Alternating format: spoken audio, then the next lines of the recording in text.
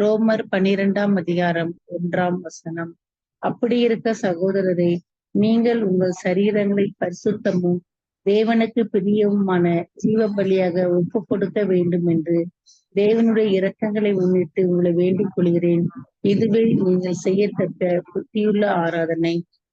ரோமர் 12 அதிகாரம் 1 ரோமர் 12 அதிகாரம் 1 அப்படி இருக்க சகோதரரே, நீங்கள் உங்கள் சரீரங்களை பரிசுத்தமும் தேவனுக்கு பிரியமுமான ஜீவ பலியாக ஒப்பு கொடுக்க வேண்டும் என்று தேவனுடைய இரக்கங்களை முன்னிட்டு உங்களை வேண்டிக் கொள்கிறேன். இதுவே நீங்கள் செய்யத்தக்க புத்தியுள்ள ஆராதனை. இன்னைக்கு இந்த அதிகாலை வேளையிலே நாம் ஆண்டவருடைய பாதத்திலே வந்து அமர்ந்திருக்கும் பொழுது பவுல் அப்போஸ்தலர் ரோமர் திருச்சபை மக்களுக்கு இந்த அறிவுரைகளை கூறுகிறார். சோ இந்த அதிகாலை வேளையிலே ஆண்டவர் நம்மோடும் கூட இந்த வார்த்தைகளை பேசுகிறார். சோ இதுல வாசிக்கிறோம், நம்ம சரீரத்தையே ஜீவ பலியாக ஒப்பு கொடுக்கிறோம் அப்படின்னா என்ன அர்த்தம் அப்படின்னு சொல்லி பார்த்தோம்னா, இயேசு கிறிஸ்து அவர் தன்னையே ஜீவ பலியாக ஒப்பு கொடுத்தார். பிதாவுக்கு பிரியமான ஒரு ஜீவ பலியாக ஒப்பு கொடுத்தார். அப்படின்னா பாவமில்லாத தன்னுடைய சரீரத்தை அவர் ஒப்பு கொடுத்து நமக்காக ரத்தம் சிந்தி மரித்தார் அப்படின்னு சொல்லி நம்ம பாக்குறோம். ஆனா ஏசாமி ஜீவ பலியாக நமக்காக மரித்தார் அப்படின்னா, இன்னைக்கு ஆண்டவர் வந்து நீங்களும் என்ன பண்ணுங்க, அதே மாதிரி ஜீவ பலியாக ஒப்பு கொடுக்க வேண்டும்னு பவுல் சொல்றாரு ரோம திருச்சபை மக்களை பார்த்து. அதான் ஏசாமி தான் நம்மளுக்காக மரித்து விட்டாரே, நம்ம எதுக்கு ஜீவ பலியாக நம்மையே ஒப்பு கொடுக்க வேண்டும்? அதுவும் அவர் சொல்றாரு, தேவனுக்கு பிரியமான ஜீவ பலியாக ஒப்பு கொடுக்க வேண்டும் என்று தேவனுடைய இரக்கங்களை முன்னிட்டு உங்களை வேண்டிக் கொள்ளுகிறேன். இதுவே நீங்கள் செய்யத்தக்க புத்தியுள்ள ஆராதனை. சோ அந்த ரோமர் திருச்சபை மக்கள் எல்லாம் ஆராதனைக்கு வராங்க. ஒவ்வொரு ஞாயிற்றுக்கிழமையும் என்னென்ன ஆராதனைகள் முறைமைகள்லாம் இருக்கோ அன்னைக்கெல்லாம் ஆராதனைக்கு வராங்க. அப்போ பவுல் சொல்றாரு அவங்கள பார்த்து, நீங்க ஆராதனைக்கு வந்துட்டு போகிறது மாத்திரம் பத்தாது, நீங்க என்ன பண்ணணும், புத்தியுள்ள ஆராதனை, புத்தி இல்லாத ஆராதனைன்னு இருக்கு. இன்னைக்கு அநேகர் புத்தி இல்லாத ஆராதனையை ஆராதித்து கொண்டிருக்கிறோம். ஏதோ ஆலயத்துக்கு போறோம், வரோம், 4 பேரை பாக்குறோம், அப்படிதான் இருக்குதே ஒழிய உண்மையாக நம்முடைய சரீரத்தையே ஜீவ பலியாக ஒப்பு கொடுக்க போகிறோமா? இன்னைக்கு ஆபிரகாம் வந்து தன்னுடைய குமாரனுடைய சரீரத்தையே ஜீவ பலியாக ஒப்பு கொடுக்க எடுத்துக்கொண்டு போனான் அப்படின்னு சொல்லி நம்ம பாக்குறோம். அதுக்காக இன்னைக்கு நம்ம வந்து வெட்டி ரத்தம் சிந்தி நம்மளே உயிரை மாய்த்து கொண்டு ஆண்டவருடைய ஆலயத்துல நம்ம போகிறோம்னு கிடையாது. அப்படி இரத்த சாட்சிகளாக மரித்தால் நம்ம எப்படி ஒரு இரத்த சாட்சியா மரிக்கிறதுனா அதுக்கு எவ்வளவு தியாகம், எவ்வளவு காரியங்கள் தேவைப்படுகிறதோ அதே போல நம்ம ஆண்டவருடைய ஆலயத்துக்கு போகும் பொழுதும் என்னையே நான் ஒரு ஜீவ பலியாக ஒப்பு கொடுக்க போகிறேன். ஆண்டவருக்கு என்னுடைய உடல், பொருள், ஆவி எல்லாவற்றையும் நான் அவருக்கு என்னையே பலியாக செலுத்த போகிறேன் அப்படின்ற எண்ணத்தோடு நம்ம ஆலயத்துக்குள்ள கால் எடுத்து வைக்கணுமா? நம்ம எத்தனை பேர் அப்படி போகிறோம் ஆலயத்துக்குள்ள? இன்னைக்கு அநேகர் வந்து அப்படி நம்ம பண்றது கிடையாது. ஆனா நம்ம உயிரே ஆண்டவருக்காக கொடுக்க போகிறோம்னு ஆலயத்துக்கு போனா நம்ம வந்து நிச்சயமாக ஆலயத்துக்கு லேட்டா போக மாட்டோம்.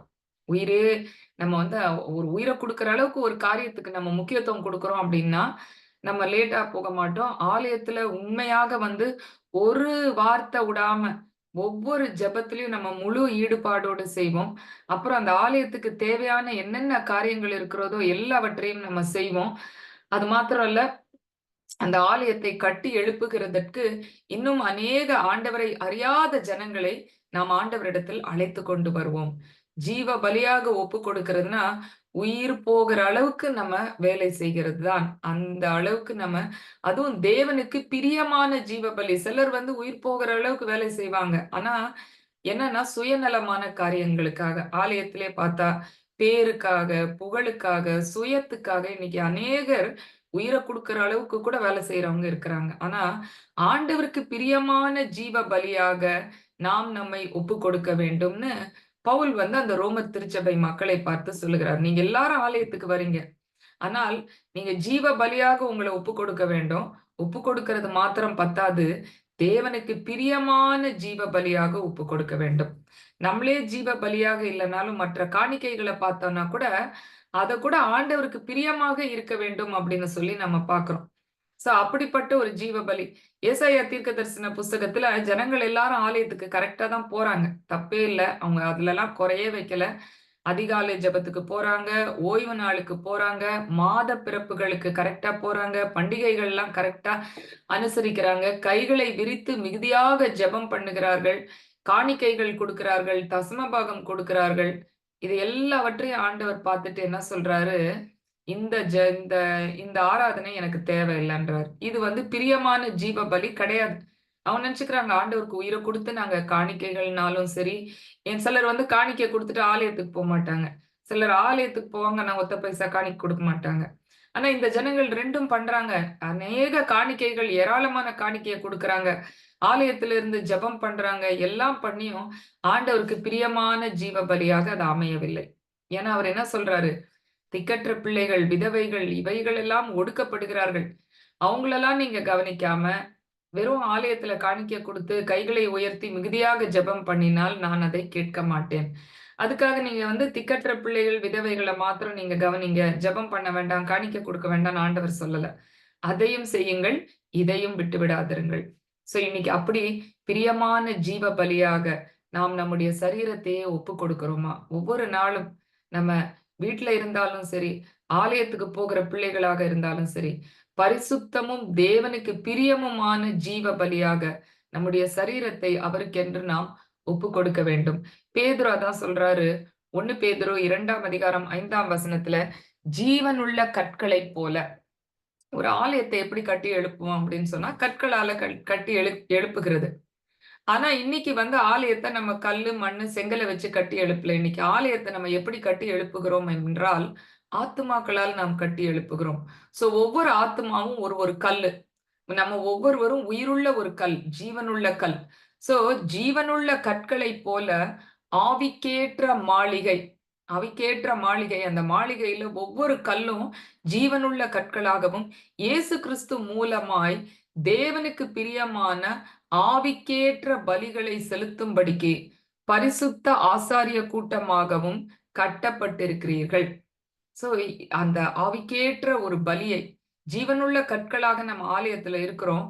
ஒரு ஆவிக்கேற்ற பலிகளை நாம் செலுத்தி பரிசுத்த ஆசாரிய கூட்டமாக நாம் கட்டப்பட்டிருக்க வேண்டும். அதனாலதான் நம்ம வந்து அது ஆண்டவருக்கு பிரியமாக இருக்க வேண்டும். 19ஆம் சங்கீதம் 14ஆம் வசனத்துல கூட வாசிக்கிறோம். என் வாயின் வார்த்தைகளும் என் இருதயத்தின் தியானமும் உம்முடைய சமூகத்தில் பிரீதியாய் இருப்பதாக. நம்ம நிறைய பேர் செய்தி கொடுக்கறதுக்கு முன்னாடி இந்த வசனத்தை சொல்லி செய்தி கொடுக்கறத நம்ம கேட்டிருக்கிறோம். நம்ம வாயில இருக்கிற சில வார்த்தைகள், செய்தி கொடுக்கிறவங்களுடைய சில வார்த்தைகளே ஆண்டவருக்கு பிரியமில்லாத சில காரியங்களை நம்ம செய்தியில கூட சிலர் சொல்றாங்க. இருதயத்தின் தியானம், இருதயம் செய்தி ஒண்ணு சொல்லிட்டு இருக்கிறோம், இருதயத்துல வேற ஏதோ தியானித்துக் கொண்டிருந்தாலும், வாயின் வார்த்தைகள், இருதயத்தின் தியானம், இது எல்லாம் ஆண்டவருக்கு பிரியமாக இருக்க வேண்டும். நம்மையே நாம் ஜீவ பலியாக ஒப்பு கொடுக்க வேண்டும் என்று சொல்லி நாம் பார்க்கிறோம். நம்மை நாம் ஆண்டவராக நம்மள அங்கீகரித்தாதான் அதுக்கப்புறம் ஆண்டவர் நம்முடைய காணிக்கைகளை அங்கீகரிப்பார். வேதத்துல வாசிக்கிறோம், கர்த்தர் காயினையும் அவன் காணிக்கையையும் அங்கீகரிக்கவில்லை, ஆபேலையும் அவன் காணிக்கையையும் அவர் அங்கீகரித்தார். அப்பனா என்ன இதுல? ஆண்டவர் வந்து ஜீவ பலியாக காயின் தன்னை ஒப்பு கொடுக்கவில்லை. ஏன்னா அவனுடைய இருதயத்துல ஆண்டவருக்கு பிரியமாக அவன் செய்யவில்லை. முழு இருதயத்தோடு நம்ம கொடுக்கலன்னா ஆண்டவர் நம்மளையும் ஏற்றுக்கொள்ள மாட்டார். காயினை அது போல ஆண்டவர் வந்து ஏற்றுக்கொள்ளவே இல்லைன்னு சொல்லி பாக்குறோம். தாவீது வந்து என்ன சொல்றான், அவன் எல்லாரையும் காணிக்க கொடுக்க சொல்றான். நம்ம கலெக்ஷன் போட்டா எல்லார்கிட்டயும் கலெக்ஷன் வாங்கிட்டு வாங்குறவங்க ஒத்த பைசா போடாம இருக்கிறவங்க எல்லாம் இருக்கிறாங்க. தாவீது வந்து அநேகர்கிட்ட ஏராளமான கலெக்ஷன் போட்டு ஆலயம் கட்டுகிறதுக்கு காசை வாங்கிட்டு அவன் இது அல்லாமல் தன்னுடைய சொந்த பணத்தையும் அவன் போடுகிறான் அப்படின்னு சொல்லி நம்ம பாக்குறோம். அதுதான் ஆண்டவருக்கு பிரியமான ஒரு பலி. அவனவன் விசனமாயும் அல்ல, கட்டாயமாயும் அல்ல, உற்சாகமாய் கொடுக்க கடவன். உற்சாகமாய் கொடுக்கிறவனிடத்தில் தேவன் பிரியமாய் இருக்கிறார்.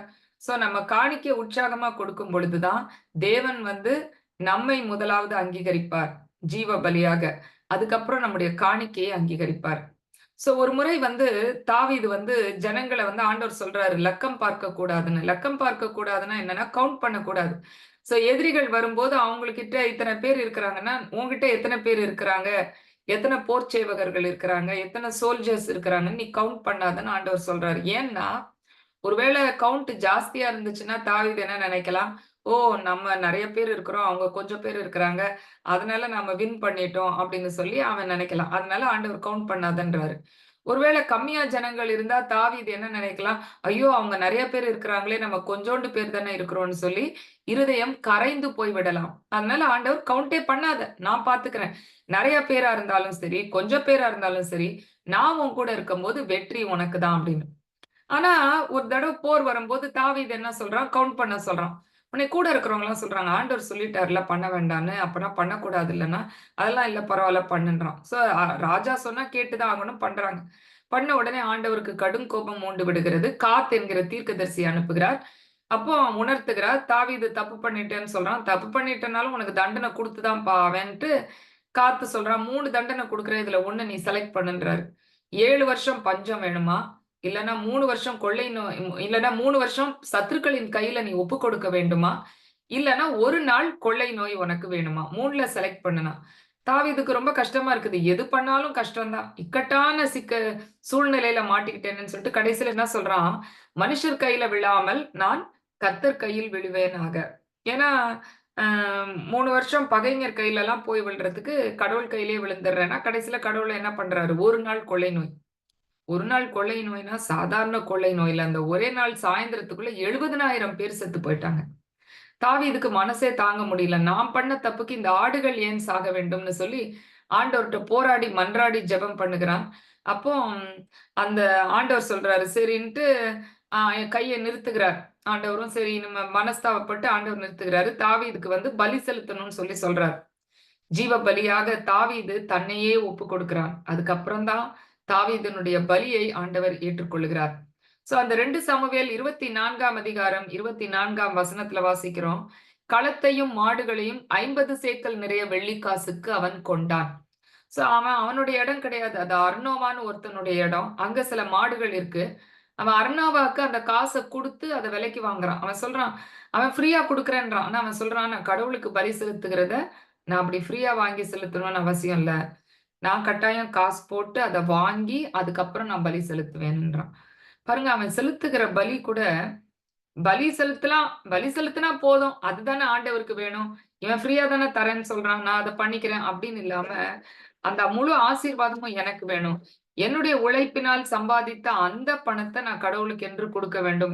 இதுல நான் வந்து சேவ் பண்ணி நான் காசை மிச்சம் பண்றேன்லாம் பார்க்க கூடாதுன்னு அவன் என்ன பண்றான், தான் சொந்த காசை கொடுத்து அதை வாங்கி ஃப்ரீயா கிடைச்சா கூட அவனுக்கு வந்து கடவுளுக்கு நம்ம கொடுக்குறோம்னா நான் கொடுக்கணும்ன்ற அந்த ஒரு ஆசை, அந்த ஒரு உற்சாகம் அவனுக்குள் இருக்கிறது பாருங்க. இதுதான் வந்து அந்த பலியை ஆண்டவர் பார்த்து கொண்டிருக்கிறார். நம்ம எப்படியெல்லாம் ஆண்டவருக்கு கொடுக்கிறோம். சில சமயம் நம்ம தேவையில்லாம யாராவது ஒருத்தர் தீர்க்க தரிசனம் சொல்றாங்க, நம்மளுக்கு ஏதாவது சொல்ல மாட்டாங்களான்னு அங்க போய் அள்ளி அள்ளி குடுத்துட்டு, கடவுள் நம்மள ஆசீர்வதிப்பார்ன்னு நம்ம வந்து ஏமாந்து போய் கிடக்கிறோம். இன்னைக்கு ஆனா பாருங்க, உண்மையான ஆண்டவருடைய நம்ம கஷ்டத்துல இருக்கிற ஏழை எளியவர்களுக்கு நம்ம உதவி செஞ்சாலே, ஏழைக்கு இறங்குகிறவன் கர்த்தருக்கு கடன் கொடுக்கிறான். தனி மனுஷனுக்கு நம்ம காணிக்கையும் அள்ளி அள்ளி போய் கொட்டுறத விட்டுட்டு, ஏழைகளுக்கு நம்ம இறங்கும்போது, ஆண்டவர் நிச்சயமாக நம்மை ஆசீர்வதிப்பார். அந்த காணிக்கை ஆண்டவர் அன்னைக்கு கூட நம்ம என்எம்எஸ் சேல்ல வந்து ரீட்டா ஆன்ட்டி பயங்கரமா வேலை செஞ்சாங்க. வேர்த்து விறுவிறுக்க காலையில 7 மணிக்கே தங்க ஆன்ட்டி எல்லாரும் வந்து பயங்கரமா அப்புறம் குணசுந்தரி ஆன்ட்டி, ஷீலா சிஸ்டர், வித்யா ஃபேமிலி, துசிதா எல்லாம் நம்ம சர்ச்சில் உள்ள எல்லாருமே அப்போ அப்படி வேலை செஞ்சு கொண்டிருக்கும் பொழுது நம்ம என்ன நினைக்கலாம், அவங்க எல்லாம் வசதி, ரீட்டா ஆன்ட்டி எல்லாம் துபாயில அந்த காசை எடுத்து கொடுத்து காணிக்கையா வச்சுக்கோங்கன்னு சொல்லி அதை வந்து ஈஸியா கொடுத்துடலாம். ஆனா பாருங்க, அத உழைச்சு நம்ம அங்க நின்னு அந்த தோசை சுட்டு அந்த காரியங்கள் எல்லாம் செஞ்சு அதுல வர காசை நம்ம வந்து அந்த நெத்தி வேர்வை விழுந்து நம்ம செய்யறோம் பாருங்க, அத ஆண்டவர் பார்க்கிறாரு. எவ்வளவு காசு வருது அப்படின்றது பிரச்சனை கிடையாது.